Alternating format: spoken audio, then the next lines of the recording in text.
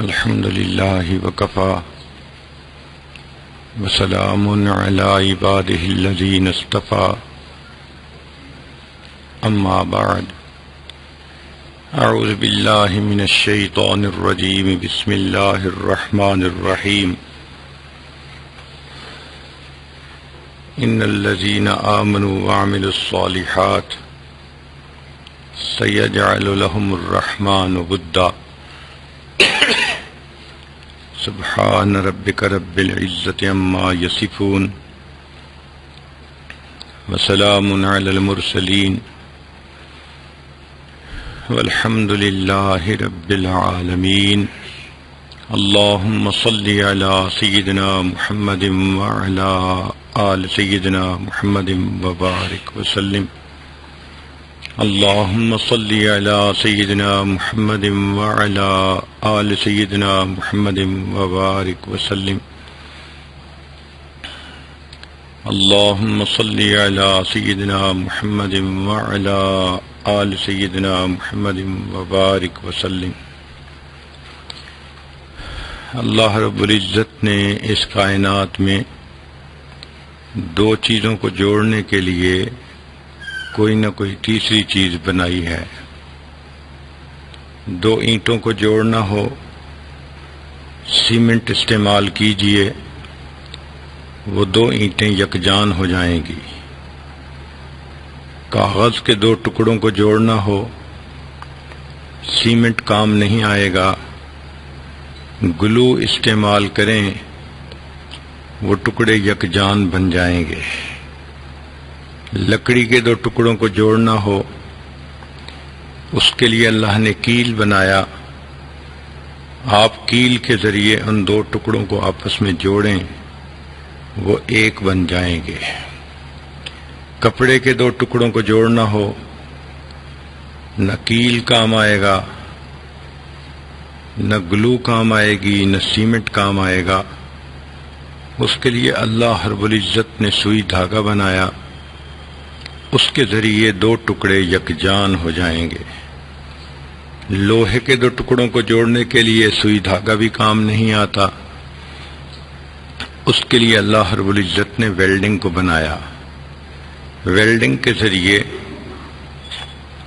لوہے کے دو ٹکڑے یکجان ہو جاتے ہیں۔ پلاسٹک کے دو ٹکڑوں کو جوڑنا ہو، اس کے لیے ایلفی بنی، استعمال کیجئے، دو ٹکڑے آپس میں جڑ جائیں گے۔ تو ذہن میں ایک سوال پیدا ہوتا ہے کہ دو چیزوں کو جوڑنے کے لیے جب بھی کوئی نہ کوئی تیسری چیز ضرور ہوتی ہے تو دو دلوں کو جوڑنے والی چیز کون سی ہے؟ وہ کون سی چیز ہے جس کو استعمال کریں تو دو دل ایک دوسرے کے ساتھ محبت کے تعلق میں جڑ جائیں؟ اس چیز کا نام ہے دین، شریعت۔ اگر وہ دونوں بندے شریعت پر عمل کرنے والے بن جائیں، نیک ہو جائیں، تو ان کے دلوں میں اللہ محبت کو بھر دیں گے۔ چنانچہ قرآن مجید کی آیت ہے، ان الذین آمنوا وعملوا الصالحات، بے شک جو لوگ ایمان لائے نیک اعمال کریں گے، سیجعل لهم الرحمن ودا، رحمان ان کے دلوں میں محبتیں ڈال دے گا۔ جو محبت دین کی نسبت سے ہوتی ہے وہ سب محبتوں سے زیادہ پکی ہوتی ہے۔ جو محبتیں دنیاوی اغراض کے لیے ہوتی ہیں وہ تو محبتیں نہیں کہلاتی، وہ تو خواہشات کہلاتی ہیں۔ ادھر خواہش پوری ہوئی، ادھر نشہ اتر گیا۔ اس لیے کہا جاتا ہے کہ دنیا مطلب کی ہوتی ہے، مطلب نکل جاتا ہے، لوگ آنکھیں پھیر لیتے ہیں، مگر دین کی محبت تو سچی محبت ہوتی ہے، دائمی محبت ہوتی ہے۔ جب اللہ تعالیٰ دین کی نسبت سے ایک دوسرے کے ساتھ جوڑ دیتے ہیں تو یہ زندگی بھر کی محبت ہوتی ہے۔ اس کی مثال صحابہ رضی اللہ تعالی عنہم کی زندگیاں آپس میں اتنی محبتیں تھیں، ایک کا غم دوسرے کا غم، ایک کی خوشی دوسرے کی خوشی، ایک دوسرے کے ساتھ اس طرح رہتے تھے کہ اللہ رب العزت نے قرآن مجید میں فرمایا رحماء بینہم، وہ تو ایک دوسرے کے ساتھ بہت رحیم و کریم ہے۔ اللہ رب العزت قرآن مجید میں فرماتے ہیں، اے میرے پیارے حبیب صلی اللہ علیہ وسلم، لو انفقت ما فی الارض جمیعا ما الفت بین قلوبہم، آپ زمین کے سارے خزانے خرچ کر دیتے، آپ ان کے دلوں میں محبتیں نہیں ڈال سکتے تھے، ولیکن اللہ الف بینہم، ان کے دلوں میں تو اللہ نے محبتیں ڈالی ہیں۔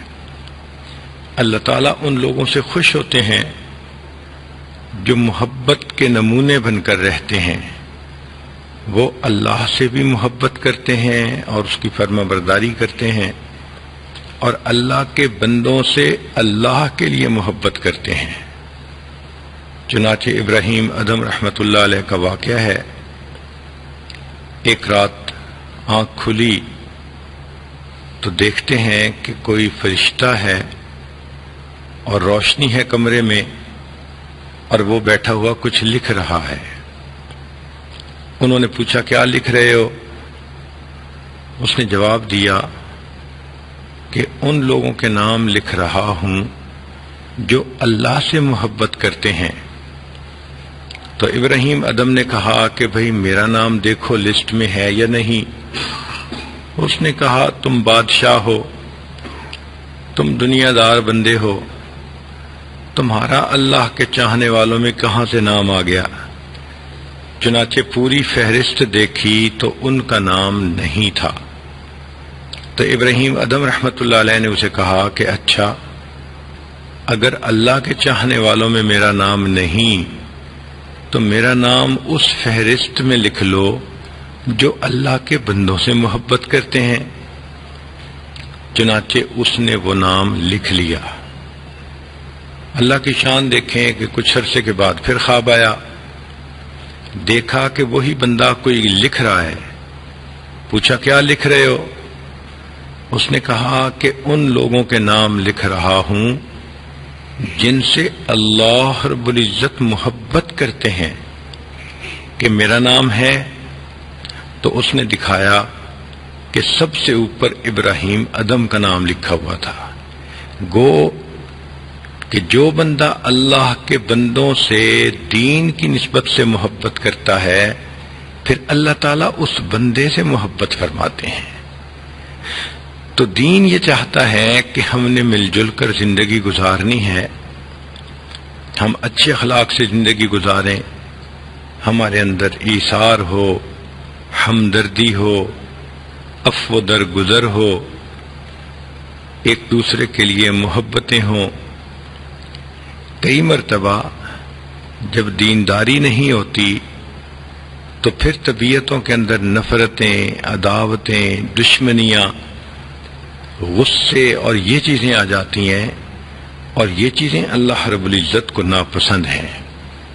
لہذا ہمیں چاہیے کہ گھر کے اچھے فرد بن کر رہیں، معاشرے کے اچھے فرد بن کر رہیں، ایک اچھے مسلمان بن کر رہیں، اپنی طرف سے دوسروں کو راحت پہنچائیں، اپنی طرف سے اللہ کے بندوں کے لیے راحت جان بنیں، دوسروں کے دل سے دعائیں نکل رہی ہوں، ان کے ساتھ اتنا اچھا اخلاق کا برتاؤ کریں، یوں سمجھیں کہ دوسروں کے دل جیت لیں۔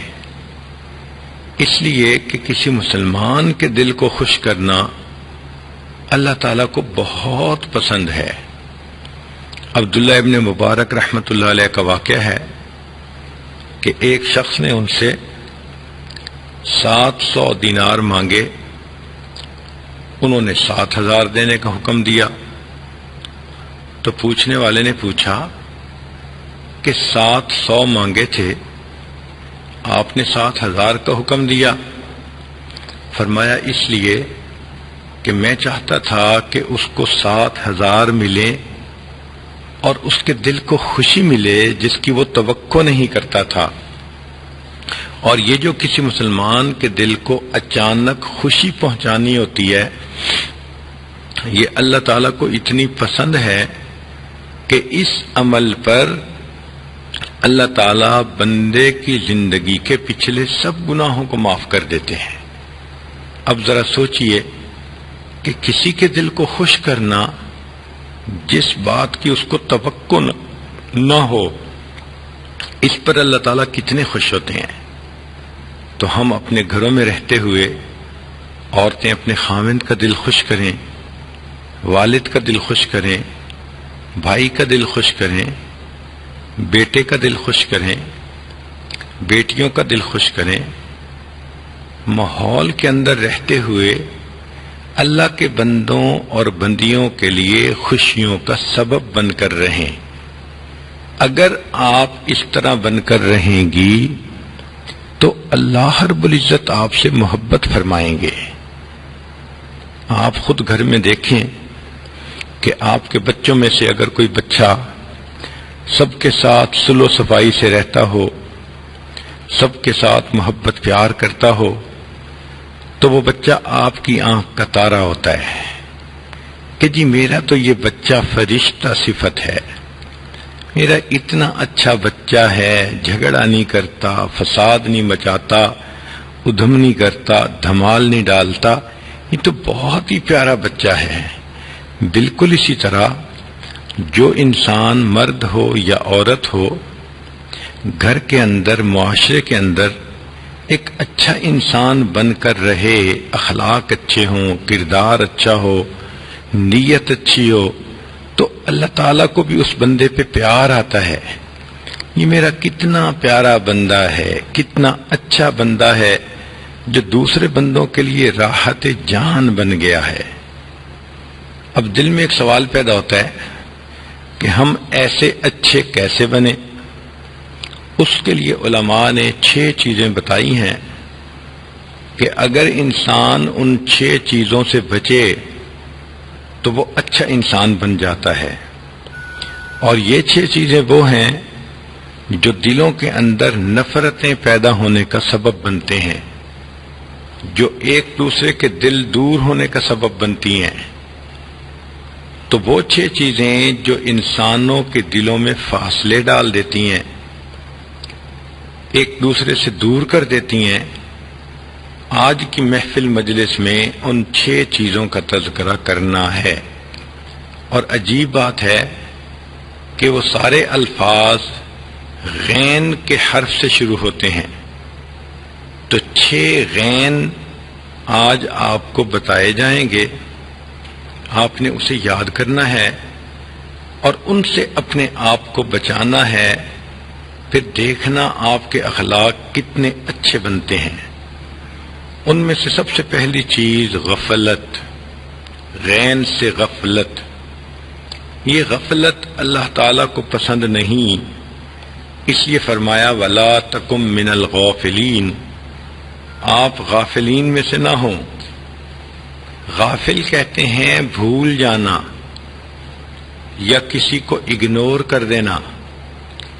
آج دیکھو یہی غفلت دوسرے کے ساتھ رنجش کا سبب بنتی ہے. لوگ کہتے ہیں کہ جی فلاں بندہ تو ہمیں اگنور کرتا ہے. بیوی کو میاں سے یہی شکوہ ہوتا ہے کہ جی سارے جہان کی ان کو پرواہ ہے، ہماری تو پرواہ ہی نہیں. باہر دوستوں میں یہ بڑے خوش رہتے ہیں، ہم تو رات تک انتظار میں بیٹھتے ہیں تو کوئی ٹائم ہی نہیں ہوتا ہمارے پاس بات کرنے کے لیے. بیوی ایک کام کہے اور خاوند بھول جائے تو یقیناً وہ آپس میں تلخ کلامی کا ذریعہ بن جاتا ہے. آپ بیوی کو کام کہیں کہ کل مجھے صبح دفتر جانا ہے، کپڑے تیار رکھنا، اور وہ غفلت کرے تو آپ کو غصہ آئے گا. تو معلوم ہوا کہ یہ غفلت غصے کا سبب بن جاتی ہے. اس کو لاپرواہی کہتے ہیں، اور یہ لاپرواہی نہیں ہونی چاہیے۔ بچے پڑھنے والے اگر پڑھنے میں غفلت کریں تو ماں باپ پریشان، اگر بھائی بھائی کی پرواہ نہ کرے تو ماں باپ پریشان، اگر مزدور فیکٹری کے اندر اچھے کام کو نہ کرے یا کام میں غفلت برتے تو مالک پریشان۔ تو معلوم ہوا کہ آپ دیکھیں کہ نفرتیں بنیادی طور پہ غفلت ہی کی وجہ سے پیدا ہوتی ہیں۔ جس طرح غفلت کی وجہ سے لوگوں کے دلوں میں ایک دوسرے سے خلاف نفرت آ جاتی ہے، اللہ تعالیٰ کو بھی غفلت پسند نہیں، اس لیے فرمایا وَلَا تُطِعْ مَنْ أَغْفَلْنَا قَلْبَهُ عَنْ ذِكْرِنَا، اس کی بات نہ مانو جس کے دل کو ہم نے اپنی یاد سے غافل کر دیا۔ تو غافل بندہ اللہ کو بھی ناپسند، تو کوشش کریں کہ ہر وقت دل میں اللہ کی یاد رہے، دست بکار دل بیار، ہاتھ کام کاج میں مشغول اور دل اللہ تعالیٰ کی یاد میں مشغول۔ گو میں رہا رہی نے ستم ہائے روزگار، لیکن تیرے خیال سے غافل نہیں رہا۔ اللہ تعالیٰ چاہتے ہیں میرے بندے تم جتنا بھی دنیا کے کام میں رہو مگر تمہارے دل میں تو میری یاد ہو۔ یہی تو فرق ہے، ایک ہے مخلوق کی نفسانی شیطانی شہوانی محبت، اس میں انسان یہ چاہتا ہے کہ محبوب کا دل جہاں مرضی ہو اس کا جسم میرے پاس ہو، چونکہ نفسانی محبتوں میں جسم کی ضرورت ہوتی ہے، تو محب چاہتا ہے کہ جسم میرے پاس ہو، دل اس کا جہاں مرضی ہو۔ مگر اللہ رب العزت کی محبت کا معاملہ عجیب ہے۔ اللہ تعالیٰ چاہتے ہیں میرے بندے تیرا دل میرے پاس ہونا چاہیے، مجھے اس کی پرواہ نہیں تیرا جسم جہاں بھی ہو۔ تو ہم گھر میں ہیں، مسجد میں ہیں، نماز میں ہیں یا گھر والوں کے ساتھ بیٹھے ہیں، جس حال میں بھی ہیں، اگر دل اللہ تعالیٰ کی طرف متوجہ ہے تو اللہ تعالیٰ ہم سے خوش ہیں، اللہ تعالیٰ ہم سے راضی ہیں۔ کتنے لوگ ایسے گزرے بازار کے ماحول میں بیٹھتے تھے، ایک لمحہ بھی اللہ سے غافل نہیں ہوتے تھے۔ شیخ شہاب الدین سہروردی رحمۃ اللہ علیہ نے لکھا ہے کہ میں ایک مرتبہ بازار سے گزر رہا تھا، میں نے ایک نوجوان بچے کو دیکھا، اس کے گرد گاہکوں کا ہجوم تھا۔ میں نے اس کے دل کی طرف دیکھا تو اس کا دل ایک لمحہ بھی اللہ سے غافل نہیں ہو رہا تھا۔ تو گاہکوں کے جرمٹ میں بیٹھ کر اللہ والے اللہ کو یاد کر لیتے ہیں، اور اگر یاد کرنے کی محنت نہ کی جائے تو عورت گھر میں اکیلی بھی ہوتی ہے پھر بھی اللہ یاد نہیں آتا۔ تو یہ غفلت ہمارے لیے نقصان کا سبب بنتی ہے، دین کا نقصان ہو یا دنیا کا نقصان ہو۔ تو آپ دل میں یہ بات بٹھا لیں کہ میں نے کاموں میں بھی غفلت نہیں کرنی، عبادت میں بھی غفلت نہیں کرنی، ذکر میں بھی غفلت نہیں کرنی۔ وَلَا تَكُن مِّنَ الْغَافِلِينَ، اللہ نے فرما دیا کہ تم غفلت کرنے والوں میں سے نہ بنو۔ دوسری چیز جو نفرتوں کا سبب بنتی ہے اس کو غیبت کہتے ہیں، غین سے غیبت۔ غیبت کہتی ہیں کسی کے پیٹھ پیچھے ایسی بات کر دینا کہ اگر اس بندے کو معلوم ہو تو وہ اس کو برا سمجھے۔ اس کو شریعت نے کبیرہ گناہ قرار دیا، فرمایا وَلَا يَغْتَبْ بَعْضُكُمْ بَعْضًا، تم میں سے کوئی دوسرے کی غیبت نہ کرے۔ حدیث مبارکہ میں ہے الغیبۃ اشد من الزنا، کہ غیبت تو زنا سے بھی زیادہ بری ہوتی ہے۔ اکثر دیکھا ہے کہ جہاں دو چار بندے مل بیٹھتے ہیں وہ کسی تیسرے کی بات چھیڑ دیتے ہیں، اور اکثر اوقات وہ بات غیبت ہوتی ہے، تو کرنے والا بھی کبیرہ کا مرتکب، سننے والا بھی کبیرہ کا مرتکب۔ اور یہ غیبت زندوں کی بھی ہو سکتی ہے، اور جو فوت ہو چکے ان کی بھی ہو سکتی ہے۔ یہ غیبت حاضر کی بھی ہو سکتی ہے، اور یہ غیبت غائب کی بھی ہو سکتی ہے۔ یہ غیبت ایک فرد کی بھی ہو سکتی ہے، یہ غیبت ایک جماعت کی بھی ہو سکتی ہے۔ تو اس لیے غیبت سے اپنے آپ کو بہت زیادہ بچائیں۔ کسی کے بارے میں کمنٹس پاس کر دینا آج یہ سب سے آسان کام نظر آتا ہے، لیکن کل قیامت کے دن جب اللہ نے پوچھ لیا بتا تو نے فلاں کو کمینہ کیوں کہا، فلاں کو تو نے بے ایمان کیوں کہا، تو اس دن پریشانی ہوگی کہ کاش ہم نے سوچ سمجھ کر اپنی زبان سے الفاظ نکالے ہوتے۔ شریعت نے کہا کہ اگر کسی کی غیبت کی ہو تو فقط توبہ کرنے سے یہ گناہ معاف نہیں ہوتا، بلکہ اس بندے سے معافی مانگنی پڑتی ہے۔ اب اس بندے کو اگر آپ بتائیں کہ جی میں نے آپ کے بارے میں یہ باتیں کی، تو جھگڑا تو اور بڑھ جائے گا۔ تو شریعت نے اس کا حل بتایا کہ اگر آپ نے کسی کی غیبت کی ہے تو بس اس سے یوں کہیں کہ جی آپ کے تو میرے اوپر بہت حقوق ہیں اور میں تو ادا نہیں کر سکی، آپ مجھے اللہ کے لیے معاف کر دیں۔ اس بات کو سن کر اگر اس نے کہہ دیا ہاں تو بھی ٹھیک، اور اگر وہ مسکرا پڑی تو بھی اس کی طرف سے اجازت مل گئی۔ دنیا میں معافی مانگنا آسان، قیامت کے دن اس کا حساب دینا مشکل کام۔ کیونکہ حدیث مبارکہ میں ہے کہ جس بندے نے کسی کی غیبت کی ہوگی تو قیامت کے دن اس بندے کو اجازت دی جائے گی کہ تم اس غیبت کرنے والے کے نام اعمال میں سے جتنی نیکیاں لے سکتے ہو لے لو۔ تو صاف ظاہر ہے کہ قیامت کے دن تو کوئی تھوڑے کے اوپر راضی نہیں ہوگا، حتیٰ کہ اگر ساری نیکیاں لے کر بھی وہ راضی نہ ہوا تو حدیث پاک میں ہے کہ اس بندے کے گناہوں کو لے کر اس بندے کے سر پہ ڈال دیا جائے گا۔ تو سوچئے کتنی بڑی محرومی، آئے تھے نیکیاں لے کر اور گئے یہاں سے تو سب گناہ اپنے سر پہ اٹھا کر۔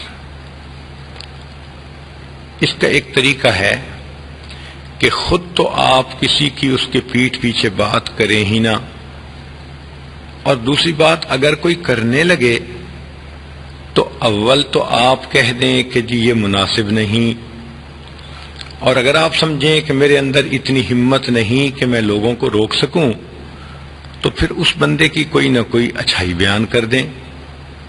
مثال کے طور پہ کسی عورت کی غیبت کی گئی، آپ کہیں وہ ہے تو بڑی ذہین، ہے تو بڑی سمجھدار، باتیں تو بہت اچھی کرتی ہے، بڑی پڑھی لکھی ہے۔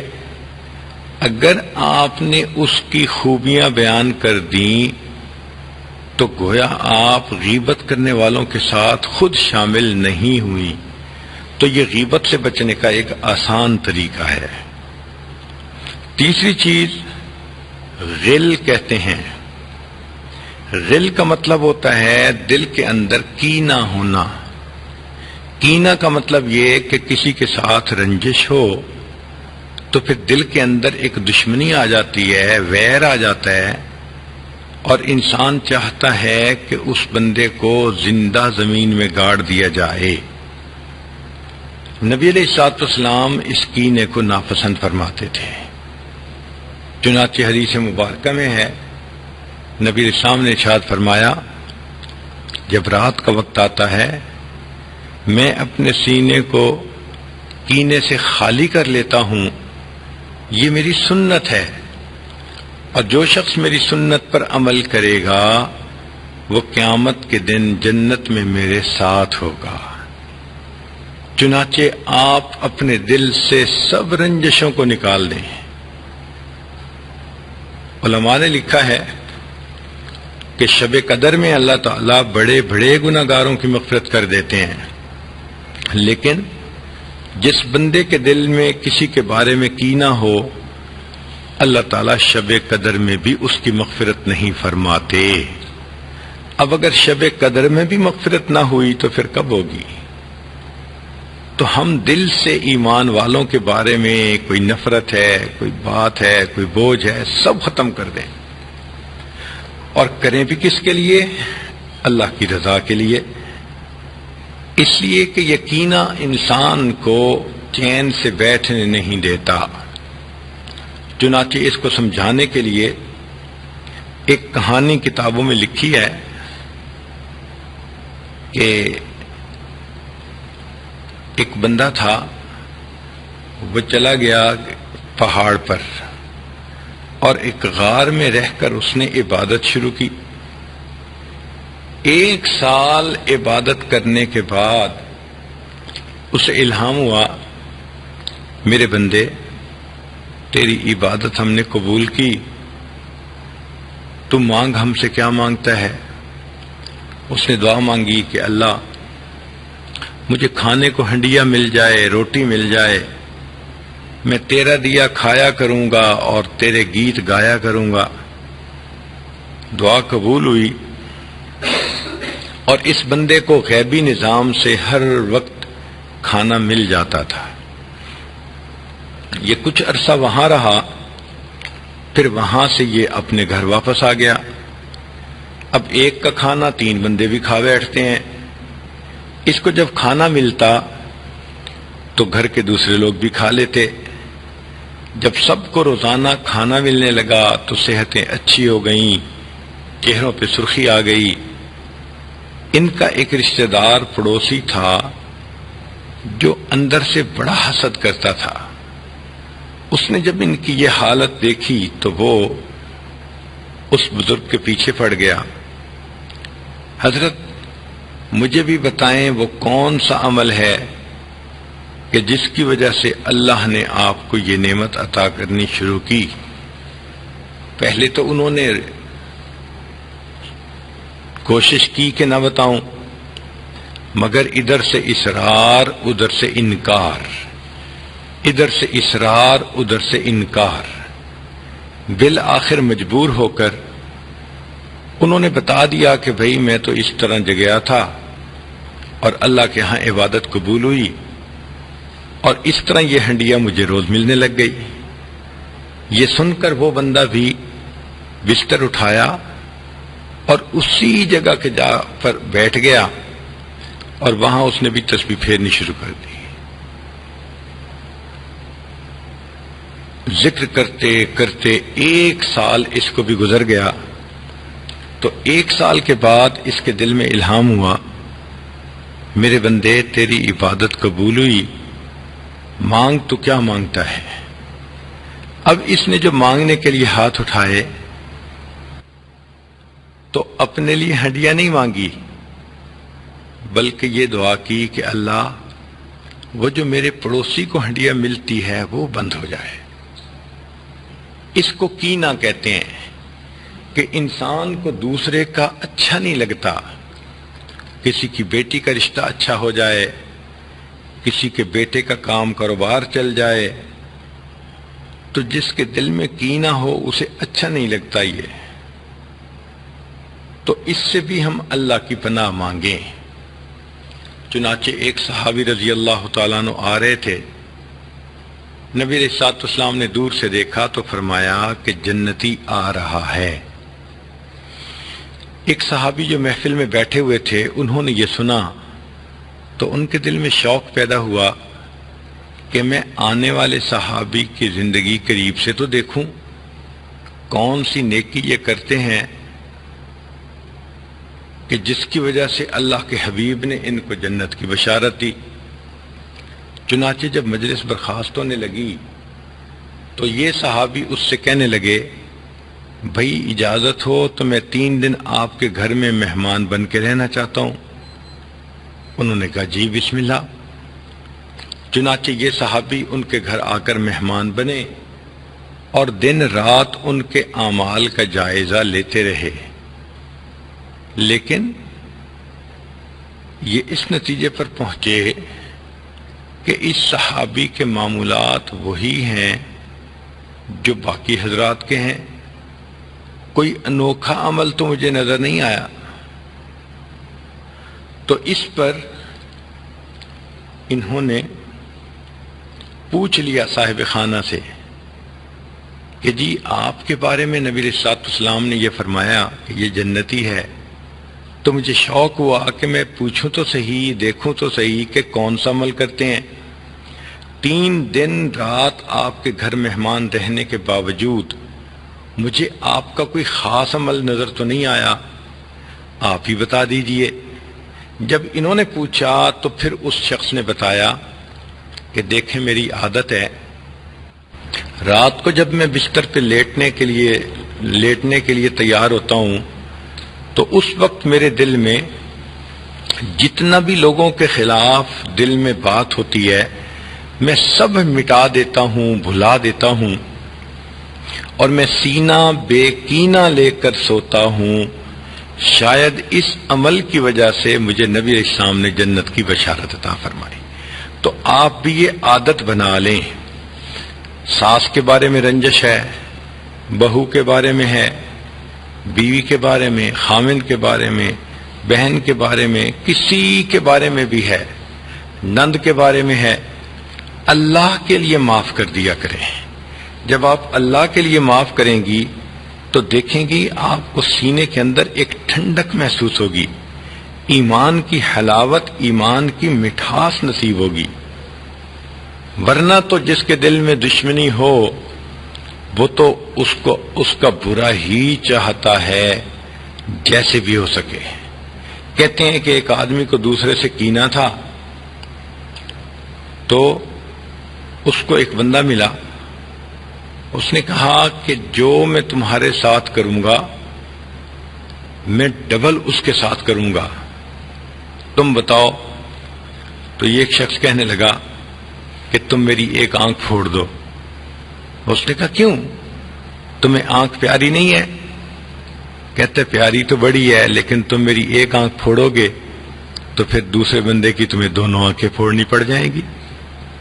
تو کینہ ایسا کہ انسان اپنا بھی نقصان کرنے کو تیار ہو جاتا ہے۔ تو اللہ کی پناہ مانگیں اور غل سے بچیں۔ یہ غل عربی کا لفظ ہے، اردو میں اس کا ترجمہ کینہ ہے، اور اللہ سے دعا بھی مانگا کریں اللہ ہمیں سینہ بے کینہ عطا فرما۔ تو غفلت سے بچیں، غیبت سے بچیں، غل سے بچیں، اور چوتھی چیز غلب سے بچیں۔ غلب کا معنی یہ ہوتا ہے کہ کسی چیز کو ضرورت سے زیادہ اہمیت کا دے دینا۔ عام طور پر دیکھا ہے کہ آپس کی رشتہ داریوں میں غلب کا مظاہرہ ہو جاتا ہے۔ مثلا عورت ہے تو وہ اپنے میکوں کے بارے میں ایک لفظ بھی برداشت نہیں کرے گی، پھر ہسبینڈ اپنے رشتہ داروں کے بارے میں کوئی بات برداشت نہیں کرے گا، ان کی صحیح غلطی کو بھی غلطی تسلیم نہیں کرے گا۔ تو یہ جو غلب ہے نا، یہ انسانوں کے درمیان نفرتیں پیدا ہونے کا سبب بنتا ہے۔ اس غلب سے بچنے کی ضرورت ہے تاکہ دلوں میں ایک دوسرے سے جدائی نہ آئے۔ پانچویں چیز جو دلوں کو ایک دوسرے سے دور کر دیتی ہے اس کا نام ہے غرور۔ غرور کا مطلب تکبر یا عجب سمجھ لیجئے۔ اگر بندے کو اپنے حسن پہ غرور ہو، مال و دولت پہ غرور ہو، تعلیم پہ غرور ہو، تو وہ بندہ اپنے اعمال اسی دنیا میں ضائع کر بیٹھتا ہے، جو کہ حدیث پاک میں ہے لا يدخل الجنہ، جنت میں داخل نہیں ہو سکتا من کان فی قلبہ مثقال ذرۃ من کبر، کہ جس بندے کے دل میں ذرہ کے برابر بھی تکبر ہوگا۔ تو اپنے کو دوسروں سے اونچا سمجھنا، بڑا سمجھنا، یہ اللہ تعالیٰ کو پسند نہیں ہے. اس تکبر سے بھی بچیں. شیطان کو اللہ تعالیٰ نے جو اپنے دربار سے دھتکارا تو اس کی وجہ پتہ کیا تھی؟ اس کی وجہ تکبر تھی. فرعون کو اللہ رب العزت نے پانی میں ڈبویا، اس کی وجہ فرعون کے اندر تکبر تھا. جو بندہ اللہ کے لیے عاجزی اختیار کرتا ہے اللہ تعالیٰ اس کی شان کو بلند فرماتے ہیں. ارشاد فرمایا من تواضع للہ رفعہ اللہ، جو اللہ کے لیے تواضع اختیار کرتا ہے اللہ اس کو بڑا بنا دیتے ہیں. تو اس تکبر سے میں سے بچنے کی ضرورت ہے. مال پہ غرور کرنا، حسن و جمال پہ غرور کرنا، یہ ڈھلتی چھاؤں پہ غرور کرنے کی مانند ہے. تو اس لیے انسان اپنے آپ کو تکبر سے بچائے. وَإِعْجَابُ الْمَرْءِ بِنَفْسِهِ، شریعت نے کہا کہ جس بندے کے اندر عجب ہو یہ عجب اس کو جہنم میں لے جانے کا سبب بنے گا. نبی علیہ الصلوۃ والسلام امیر صحابہ سے بھی تعلق تھا، فقیر صحابہ سے بھی، ان کے درمیان گھل مل کر بیٹھتے تھے. بلال رضی اللہ تعالیٰ عنہ کی حالت دیکھیے، غلام تھے، آزاد ہوئے تو اللہ کے حبیب صلی اللہ علیہ وسلم کے دربار میں ان کو دیکھو کیا محبتیں ملیں. ایک دیہاتی تھے ظاہر رضی اللہ تعالیٰ عنہ، اللہ کے حبیب صلی اللہ علیہ وسلم ان سے بھی محبت فرماتے تھے. تو معلوم ہوا کہ انسان کے اندر عاجزی ہونی چاہیے، تکبر نہیں ہونا چاہیے. یہ تکبر انسان کے لیے برباد ہونے کا سبب بن جاتا ہے. متکبر بندے کو اللہ تعالی دنیا میں بھی سزا دیتے ہیں. 2 گناہ ایسے ہیں کہ جن کی آخرت میں تو سزا ملے گی. حدیث پاک میں آتا ہے دنیا میں مرنے سے پہلے بھی سزا ملتی ہے. ایک تکبر، جتنا تکبر کرے گا اتنا زیادہ اللہ تعالیٰ دنیا میں اس کو ذلیل کریں گے. کوئی نہ کوئی بات ایسی ہو جائے گی کہ اس کی سب کے درمیان ذلت ہوگی. اور دوسرا، جو بندہ اپنے ماں باپ کی نافرمانی کرتا ہے، حدیث پاک میں آتا ہے کہ اللہ تعالیٰ موت سے پہلے اسی دنیا میں اس نافرمانی کی اس کو سزا دیتے ہیں. چنانچہ ایک ڈاکٹر نے عجیب قصہ سنایا.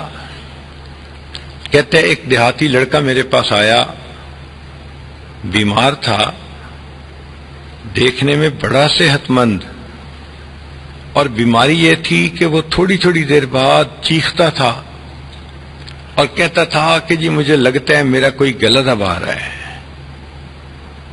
کوئی میرا گلا دبا رہا ہے. اب اس کی اس بے قراری تکلیف کو دیکھ کر مجھے اس سے ہمدردی ہوئی اور میں نے اس کا علاج معالجہ شروع کیا.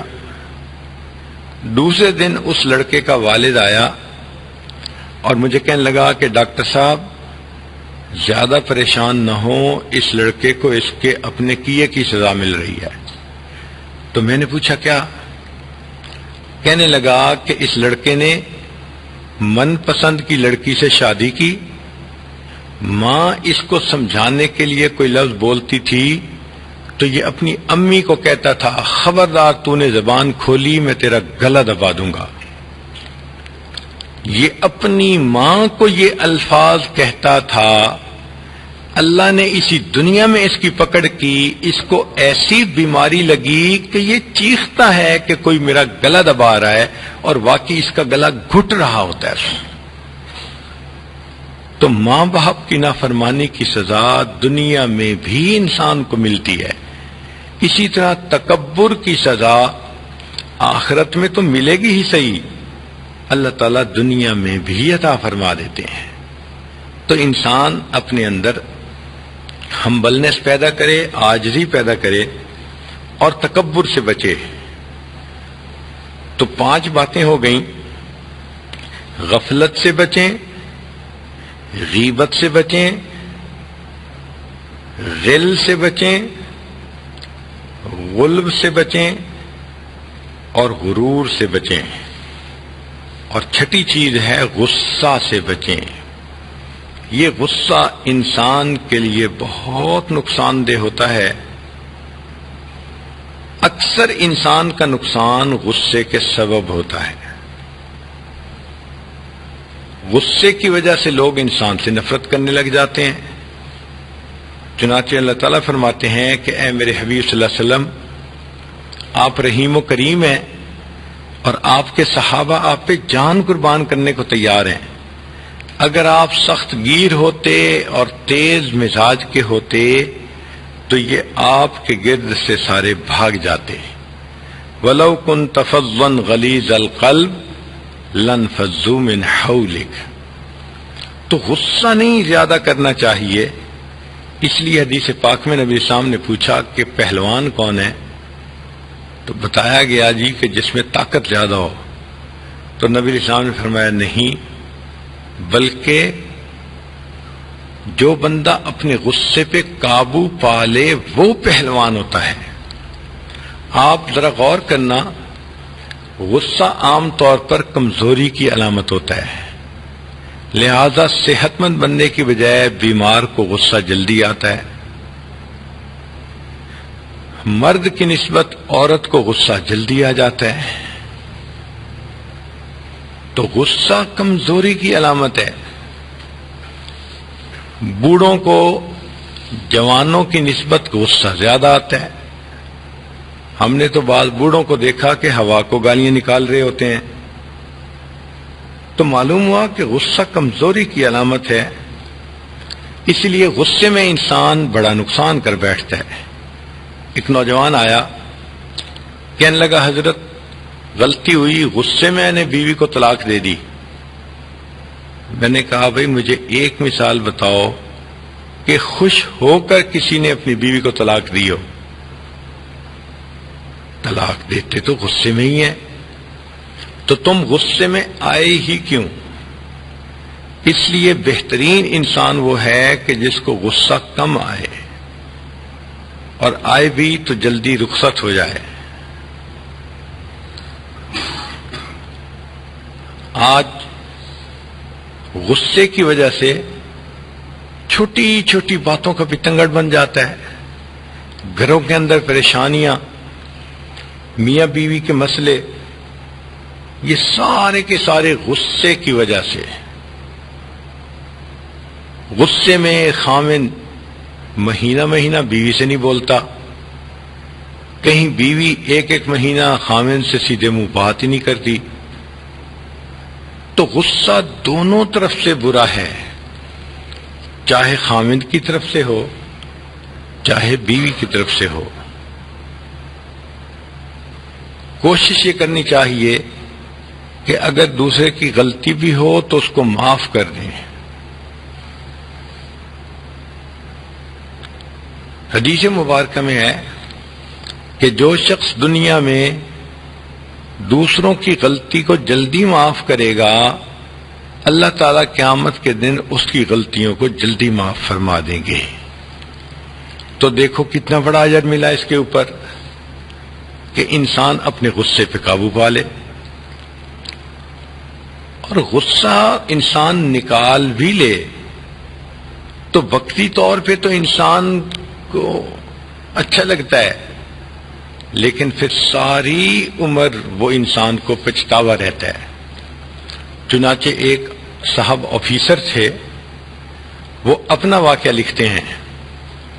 کہتے ہیں کہ مجھے ایک شہر سے دوسرے شہر ٹرین میں جانا تھا، تو میں نے ایک کلی کو سامان دیا اور کہا کہ مجھے ٹرین کے فلاں ڈبے میں پہنچا دو. رش کافی تھا. جب ٹرین آئی تو رکنے کا ٹائم تھوڑا تھا. میں تو اپنی جگہ پر پہنچ گیا، لیکن وہ کلی سامان لے کر نہیں پہنچا. حتیٰ کہ ٹرین کی وسل بھی بج گئی، دروازے بھی بند ہو گئے. جب دروازہ بند ہونے لگا تو میں اتر گیا کہ میرا تو سامان ابھی نہیں آیا.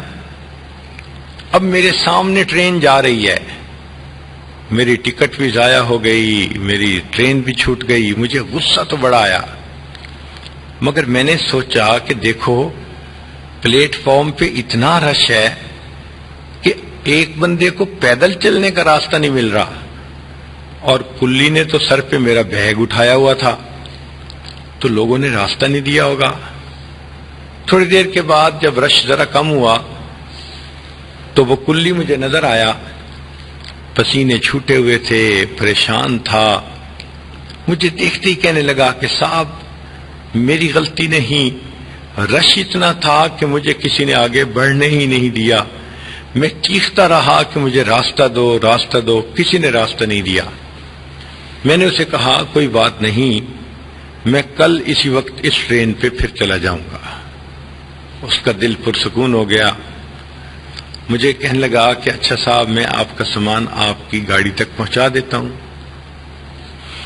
چنانچہ میں واپس آ گیا اور میں نے ایک اور دن وہیں رہنے کا پروگرام بنا لیا. اگلا دن جب ہوا میں وقت سے پہلے پہنچا کہ پھر دیر نہ ہو، تو کہتے ہیں کہ ابھی گھنٹہ رہتا تھا ٹرین کے ٹائم میں.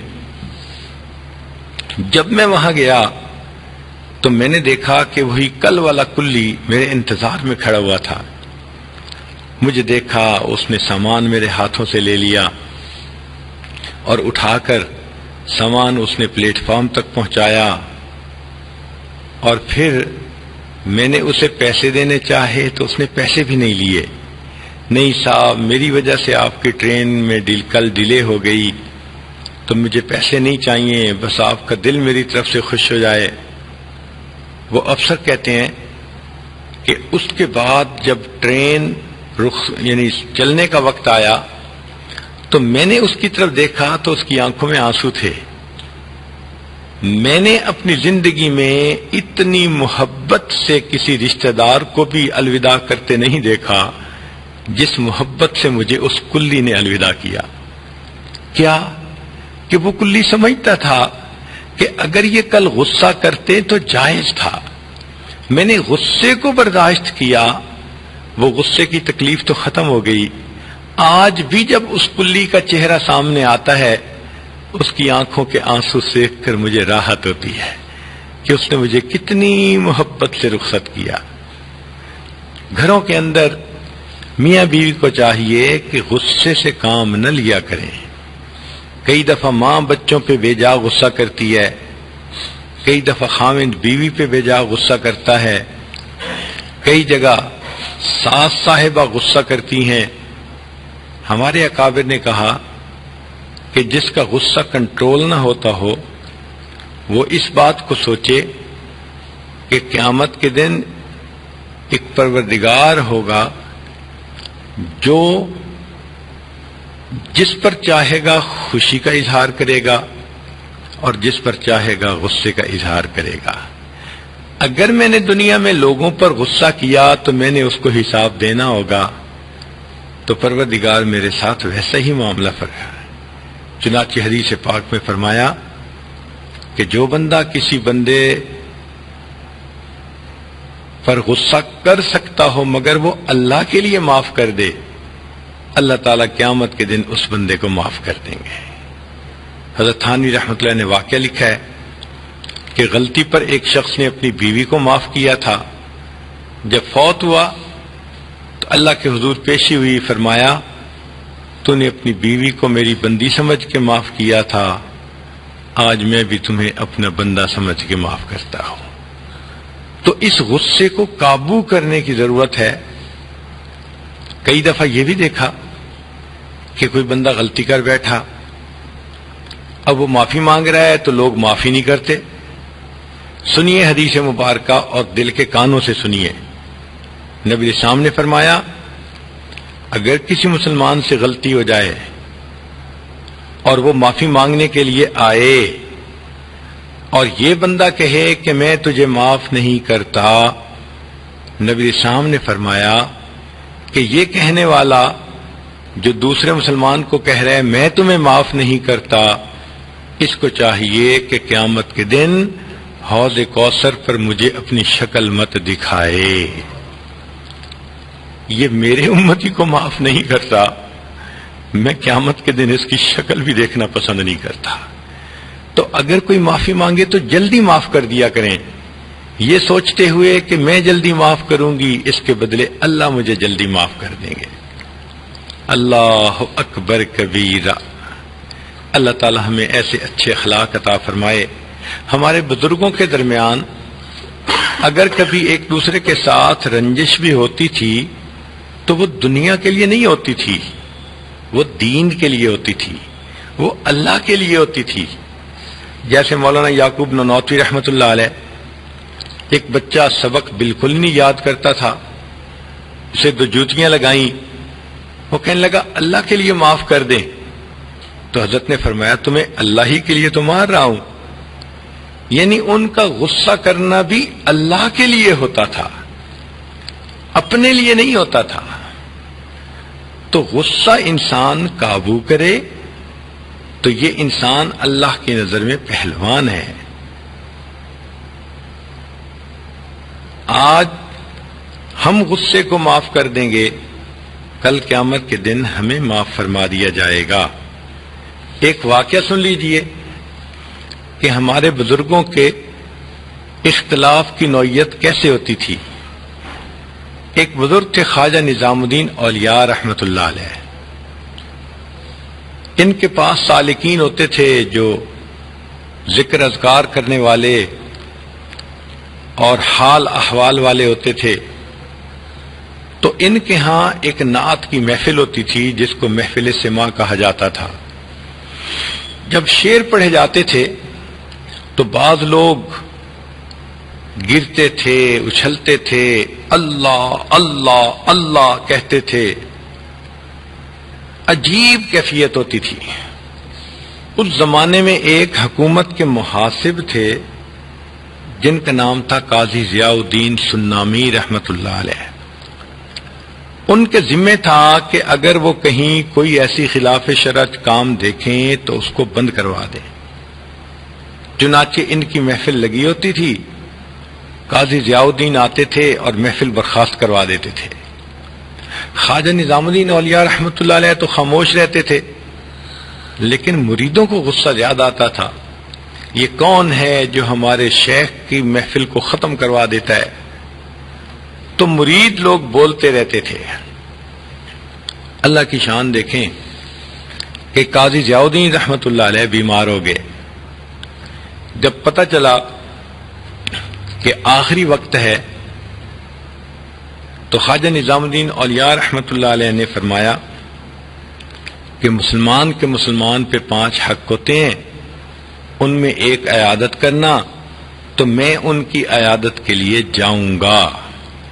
کوئی ہم جیسا ہوتا تو کہتا دیکھا ہمارے حضرت کی مجلسوں کو برخاست کرواتا تھا، اللہ نے کیسا پکڑا. مگر ان لوگوں کے دلوں میں سچائی ہوتی تھی. خواجہ نظام الدین رحمۃ اللہ علیہ نے سوچا کہ میں ان کی عیادت کے لیے ان کے گھر جاتا ہوں. چنانچہ خواجہ صاحب آئے، دروازہ کھٹکھٹایا. قاضی ضیاء الدین سنامی رحمۃ اللہ علیہ پر آخری لمحات تھے.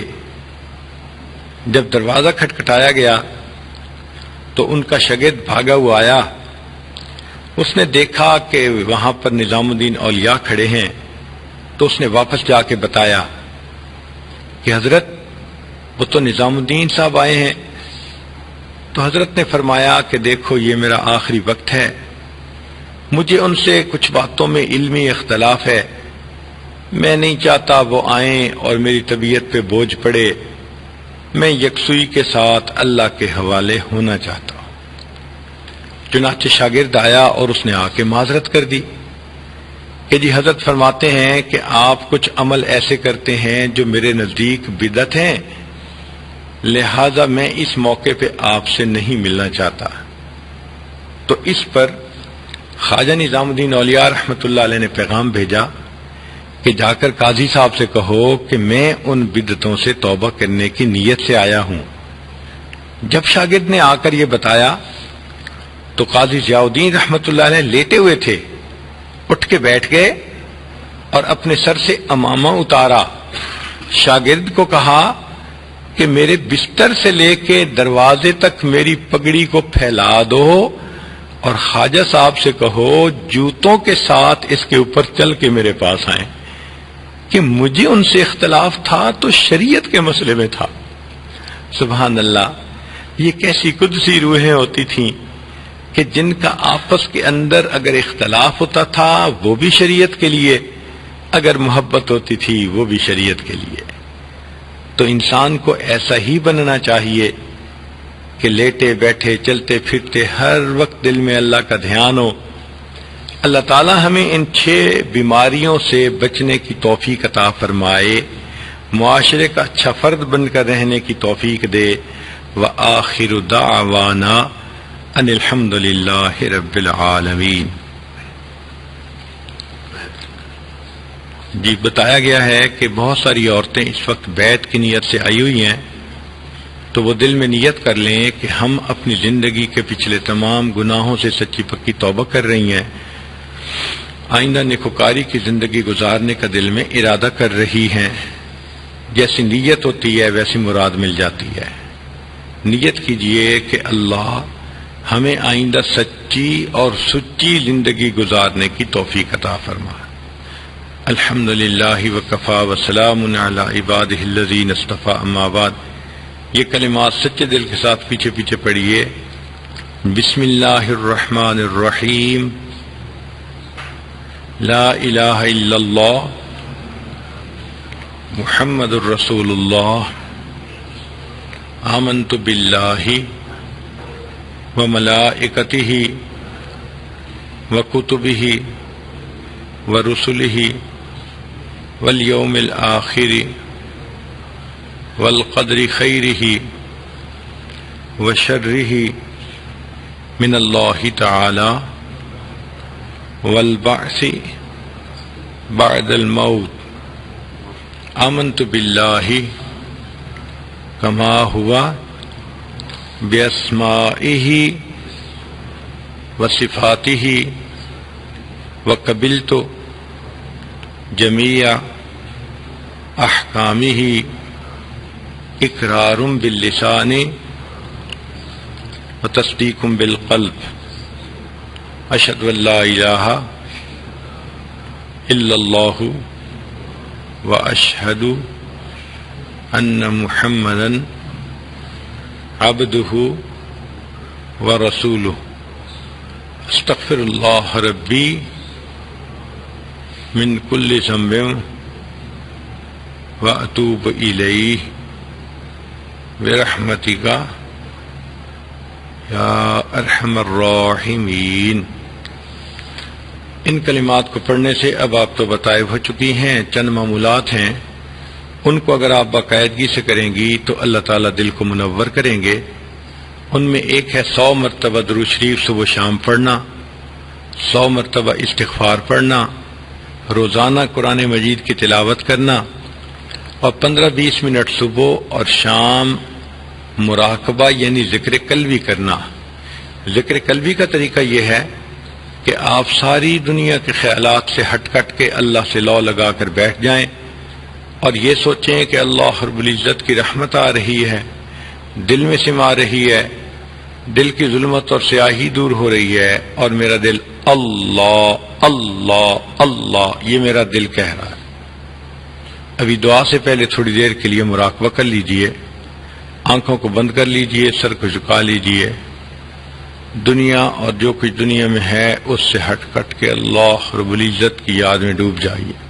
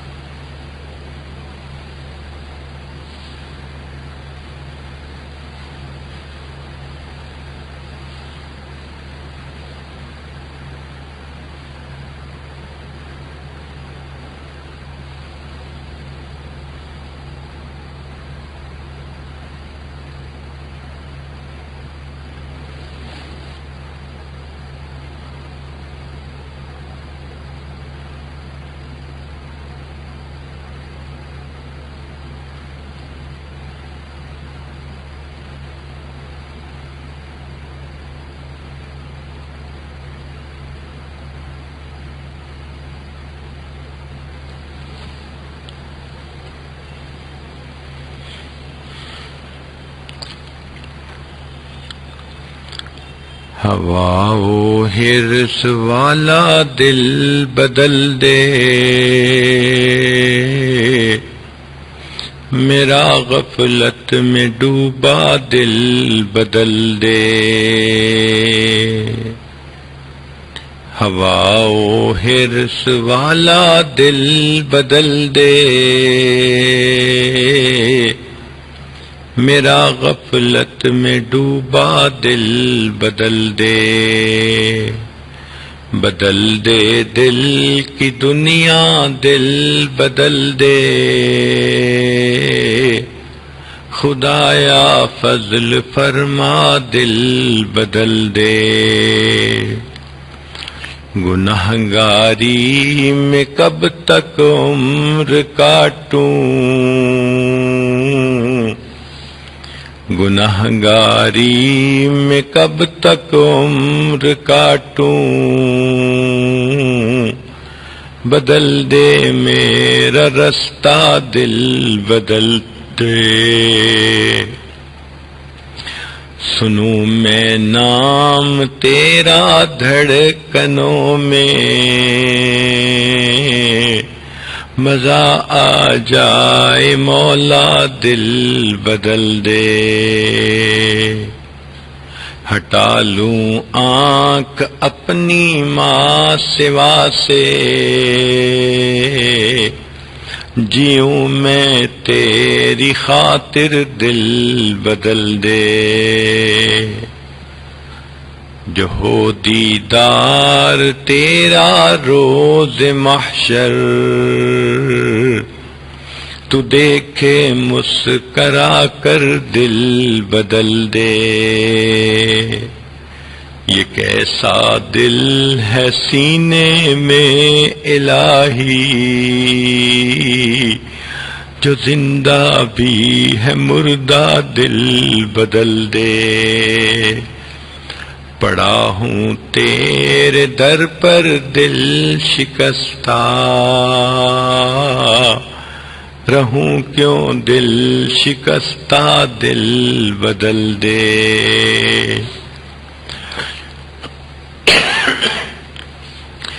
تیرا ہو جاؤں اتنی آرزو ہے، بس اتنی ہے تمنا دل بدل دے، میری فریاد سن لے میرے مولا، بنا لے اپنا بندہ دل بدل دے،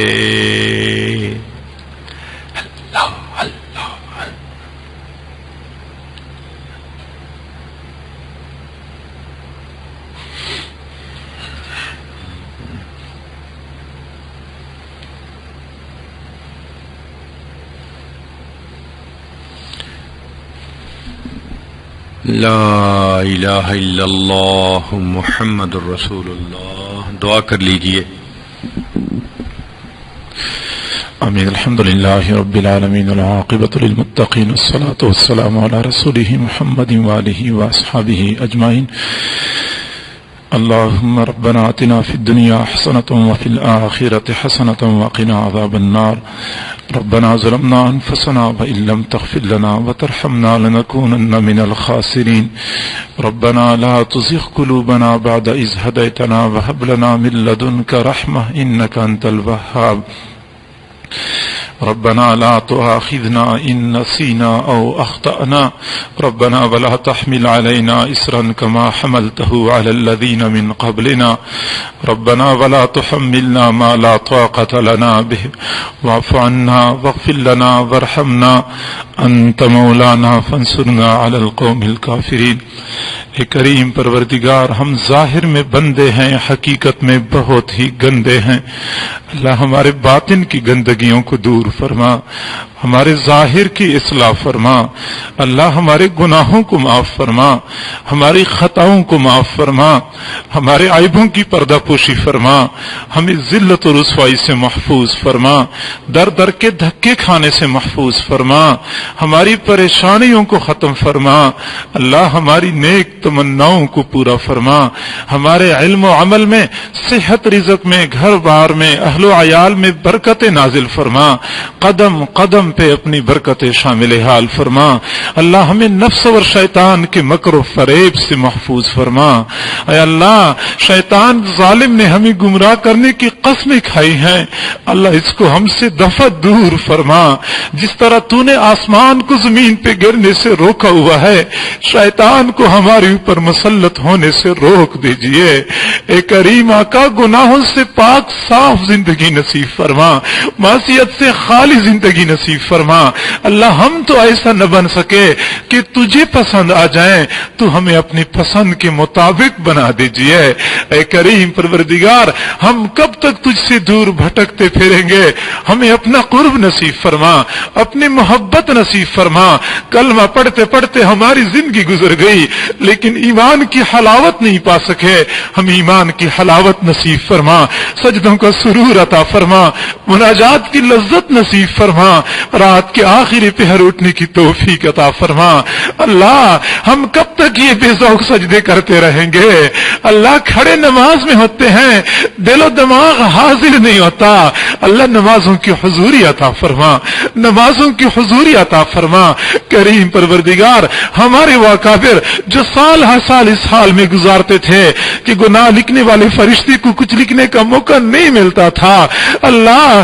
وہ بھی تو تیری فضل و کرم سے گناہوں سے بچتے تھے، ہم بھی اسی فضل و کرم کے طلبگار ہیں، فضل و کرم کا مظاہرہ فرما دیجئے، ہمیں گناہوں سے بچا لیجئے، گناہوں سے بچا لیجئے، اللہ گناہوں کی مواقع نہ عطا فرما، اے کریم پروردگار گناہوں کے لیے اٹھنے والی نگاہوں کو جھکا دیجئے، اللہ متحرک زبانوں کو ساکن کر دیجئے، بڑھنے والے ہاتھوں کو روک لیجئے، اللہ بڑھتے ہوئے قدموں کو روک لیجئے، اے کریم پروردگار ہمارے لیے بچنا مشکل ہے، ہمارے لیے نیک بننا مشکل ہے، تیرے لیے تو بنانا آسان ہے، ہمیں نیک بنا دیجئے، اللہ ہمیں نیک بنا دیجئے، اللہ ہماری نگاہوں کو پاک فرما، دلوں کو صاف فرما، جسم کی ہڈی ہڈی بوٹی بوٹی میں اپنی محبت پیدا فرما، کریم پروردگار ہم سب کے اوپر ایک مرتبہ محبت کی نگاہ ڈال دیجئے، سب کے دلوں میں اپنی محبت کا ایک قطرہ ٹپکا دیجئے، ہمیں اپنا دیوانہ بنا دیجئے، اپنا مستانہ بنا دیجئے، اللہ ہمیں غیر سے بیگانہ بنا دیجئے، اے کریم پروردگار وہ محبت کی نگاہ جو تو نے بشر حافی کے اوپر ڈالی تھی، دنیا کے شراب خانے میں شراب کے نشے میں مست تھے، تیری محبت کی نگاہ پڑ گئی، اللہ تو نے ان کو اپنا دیوانہ بنا دیا، وہ فضیل ابن عیاض جو کہ ڈاکوؤں کا سردار تھا تو نے ولیوں کا سردار بنا دیا، اللہ وہ جنید بغدادی دنیا کا پہلوان تھا، تیری محبت کی نگاہ پڑ گئی، اللہ تو نے ولیوں کی دنیا کا پہلوان بنا دیا، اللہ ہماری اوپر بھی وہ محبت کی نگاہ ڈال دیجئے، اللہ تیری ایک نگاہ کی بات ہے، میری زندگی کا سوال ہے، اللہ تیری ایک نیم نگاہ سے ہمارا کام بن جائے گا، ہماری بگڑی بنا دیجئے، پورے مجمع کے اوپر ایک مرتبہ محبت کی نگاہ ڈال دیجئے، اللہ تیرا کچھ کم نہیں ہوگا، ہمارا کام بن جائے گا، اے کریم پروردگار تیری کریمی کا واسطہ، اے رحیم پروردگار تیری رحیمی کا واسطہ، اے جواد پروردگار تیری جود و سخا کا واسطہ، اللہ ہم تجھے تیرے پیارے پیارے ناموں کا واسطہ دیتے ہیں، اللہ رحمتوں کے دروازے کھول دیجئے، خالی جھولیاں بھر دیجئے، میرے مولا خالی جھولیاں بھر دیجئے، اللہ اپنے در سے دھتکار نہ دیجئے، اللہ اگر تو نے در سے دھتکارا ہمارے لیے کوئی جائے پناہ نہیں ہے، اللہ ہمیں اچھی طرح پتہ ہے جو تیرے در سے محروم ہو گیا اس کو کہیں جائے پناہ نہیں ملتی، وہ حقیقی معنوں میں بدبخت ہوتا ہے، اللہ ہمیں ایسی بدبختی سے بچا لیجئے، ایسی بدبختی سے بچا لیجئے، اپنے دربار سے محروم نہ فرما، اللہ دنیا کی روٹی مانگنے والے ایک در سے خالی چلے جائیں ان کے اوپر تو کوئی حسرت نہیں، دوسرے در پہ چلے جائیں گے، مسئلہ تو ہمارا ہے، ہمارے سامنے در ہی ایک ہے، اللہ ہم جائیں تو کہاں جائیں، مانگیں مانگے تو کس سے مانگے؟ اے کریم پروردگار پوری زندگی تجھے رب پکارتے رہے، تجھے خدا پکارتے رہے، تیرا کلمہ پڑھتے رہے، تیرا نام لیتے رہے۔ اللہ ہمارا تو تیرے سوا کوئی دوسرا رب نہیں، اللہ ہمیں عطا فرما، اللہ ہمیں عطا فرما۔ دنیا کی بھیک مانگنے والے بڑا دروازہ دیکھتے ہیں تو اونچی صدا لگاتے ہیں، اللہ تیرا دروازہ تمام دروازوں سے بڑا ہے، ہم صدایں لگا رہے ہیں دروازہ کھول دیجئے، اللہ دروازہ کھول دیجئے، ایک مرتبہ محبت کی نگاہ ڈال دیجئے۔ کریم پروردگار بنی اسرائیل کے 100 بندوں کا قاتل جب نیکوں کی بستی کی طرف چل پڑا، اللہ تو نے مغفرت کا فیصلہ کر دیا، اللہ ہمیں بھی معاف فرما دیجئے، ہمیں بھی معاف فرما دیجئے۔ کریم پروردگار تو نے خود ہی تو فرمایا ہے انتم الفقراء، تم سب فقیر ہو، پھر تو نے یہ بھی فرمایا ہے الصدقات للفقراء، صدقے فقیروں کا حق ہے۔ اللہ جب ہم سب فقیر ہیں اور صدقے فقیروں کا حق ہے، اللہ پھر رحم کرم کے صدقے عطا فرما، ستاری کا صدقہ عطا فرما، غفاری کا صدقہ عطا فرما۔ کریمہ کا تو نے خود ہی تو فرمایا ہے ادعونی استجب لکم، مجھ سے مانگو میں قبول کروں گا۔ اللہ ہم مانگ تو رہے ہیں، اے اللہ مانگ تو رہے ہیں، اگرچہ مانگنے کے آداب سے نہ واقف ہیں، مانگنے کا طریقہ نہیں آتا، اے کریمہ کا مانگ تو رہے ہیں، عطا فرما دیجئے میرے مولا، عطا فرما دیجئے۔ کریم پروردگار اپنی محبت عطا فرما، اپنا قرب عطا فرما، اے کریمہ کا اپنا وصل نصیب فرما۔ اللہ ہم کب سے تیرا وصل چاہتے ہیں، تجھے اپنانے کے لیے کوشش کر رہے ہیں، لیکن نفس اور شیطان رکاوٹ بن جاتے ہیں، اللہ رکاوٹوں کو دور کر دیجئے، ہمیں اپنا قرب عطا فرما۔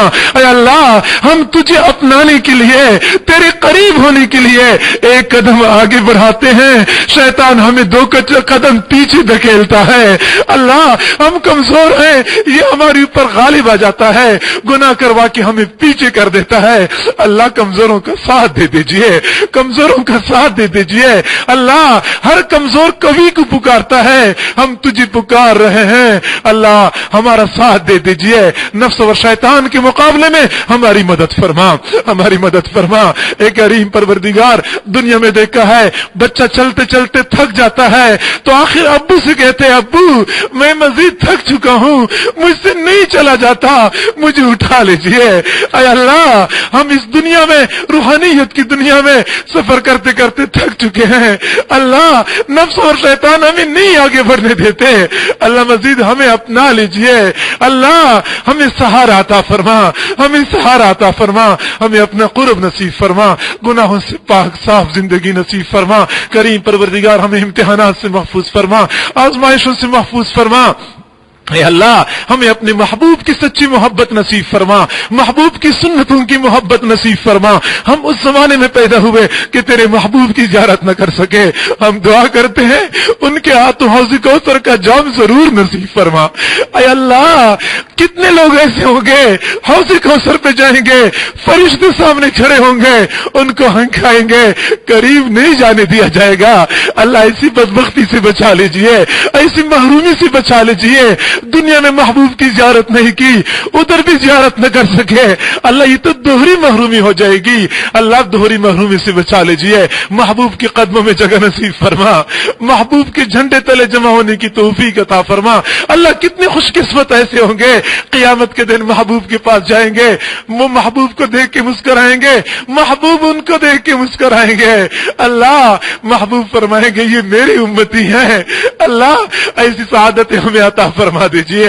اے کریم پروردگار ہم بہت گناہگار، بہت برے ہیں، جو کچھ بھی ہیں اللہ تیرے محبوب کی امتی ہے، ہمارے عملوں کو نہ دیکھ، گنبد خضرا کو دیکھ لیجئے۔ اے کریم پروردگار وہ محبوب جن کی تو نے زلفوں کی قسمیں کھائی ہیں، جن کی تو نے رخساروں کی قسمیں کھائی ہیں، اللہ اس محبوب کے اللہ گنبد خضرا کو دیکھ لیجئے، ہمارے گناہوں کو معاف کر دیجئے، گناہوں کو معاف کر دیجئے۔ اے کریم پروردگار معاف فرما دیجئے، ہم سب کو تمام نیک تمناؤں کو پورا فرما، سب کی پریشانیوں کو ختم فرما، اللہ بے روزگاروں کو روزگار عطا فرما، بے اولادوں کو اولاد عطا فرما، جو نرینہ اولاد کے طلبگار ہیں ان کو نرینہ اولاد نصیب فرما، بے گھروں کو اپنے گھر عطا فرما، جن کی رزق کی تنگی ہے ان کی تنگیوں کو دور فرما، جو پریشان حال ہیں ان کی پریشانیوں کو ختم فرما۔ اے کریم پروردگار، یہ خواتین، مائیں، بہنیں، بیٹیاں تجھے منانے کے لیے جمع ہو چکی ہیں، اللہ یہاں دنیا تو تقسیم نہیں ہوتی، تیری رضا کی تلاش میں دور دراز سے لوگ چل کے آئے ہیں، اے اللہ یہ مشقتیں، یہ مجاہدیں، اللہ یہ قربانیاں قبول کر لیجئے۔ اللہ خواتین اور مردوں نے اپنے کام کا چھوڑ کے یہاں تجھے منانے کے لیے کوشش کی ہے، یہ اس بات کی دلیل ہے کہ ہم تجھے منانا چاہتے ہیں، تجھے اپنانا چاہتے ہیں، تجھ سے دور نہیں ہونا چاہتے۔ اے اللہ گناہگار بہت ہیں، نفس اور شیطان کی پجاری بنے ہوئے ہیں، لیکن اللہ ہم پھر بھی یہ بات کہتے ہیں کہ تجھ سے دور نہیں ہونا چاہتے، تجھے اپنانا چاہتے ہیں، تجھے منانا چاہتے ہیں۔ اللہ ایک مرتبہ تو مان جائیے، مان جائیے، اے اللہ راضی ہو جا، اے اللہ ہم سے راضی ہو جا۔ اللہ ہم برے ہیں لیکن اللہ تو اچھا ہے، اللہ اچھے ہمیشہ کے لیے اچھا ہی کرتے ہیں، بروں کے ساتھ بھی اچھائی کا معاملہ کرتے ہیں۔ اللہ ہماری برائی کو نہ دیکھ، اپنی شان کو دیکھ لیجئے، اپنی شان رحیم کو دیکھ لیجئے، اپنی شان کریمی کو دیکھ لیجئے، ہمیں اپنا بنا لیجئے۔ تمام خواتین کی تمام نیک تمناؤں کو پورا فرما۔ ہم نے دنیا میں دیکھا ہے خواتین جہاں چل کے جاتی ہیں لوگ قتل کے مقدمے بھی معاف کر دیتے ہیں، دنیا والے بھی ماں بہنوں کا احترام کرتے ہیں، ماں بہنوں کا لحاظ کرتے ہیں۔ اللہ تو بھی لحاظ فرما دیجئے، اللہ تو بھی لحاظ فرما دیجئے، معاف فرما دیجئے، ان کی تمام نیک تمناؤں کو پورا فرما، سب کی پریشانیوں کو ختم فرما۔ اللہ جو اولاد کی وجہ سے پریشان ہیں ان کی پریشانیوں کو ختم فرما، اللہ جو گھر باہر کی وجہ سے پریشان ہیں ان کی پریشانیوں کو ختم فرما، جن کے گھروں کے اندر لڑائی جھگڑے ہیں اللہ ان کو گھروں میں سکون عطا فرما، اطمینان عطا فرما، بے چینیوں کو ختم فرما، جو بیمار ہیں یا جن کے گھروں کے اندر بیمار ہیں سب کو شفا نصیب فرما، شفا کاملہ عاجلہ مستمر عطا فرما، جن کے گھروں میں جوان بچے بچیاں ہیں والدین کو ان کے فرض ادا کرنے آسان فرما، جن کو مناسب رشتے نہیں ملتے ان کے لیے مناسب رشتوں کا انتظام فرما۔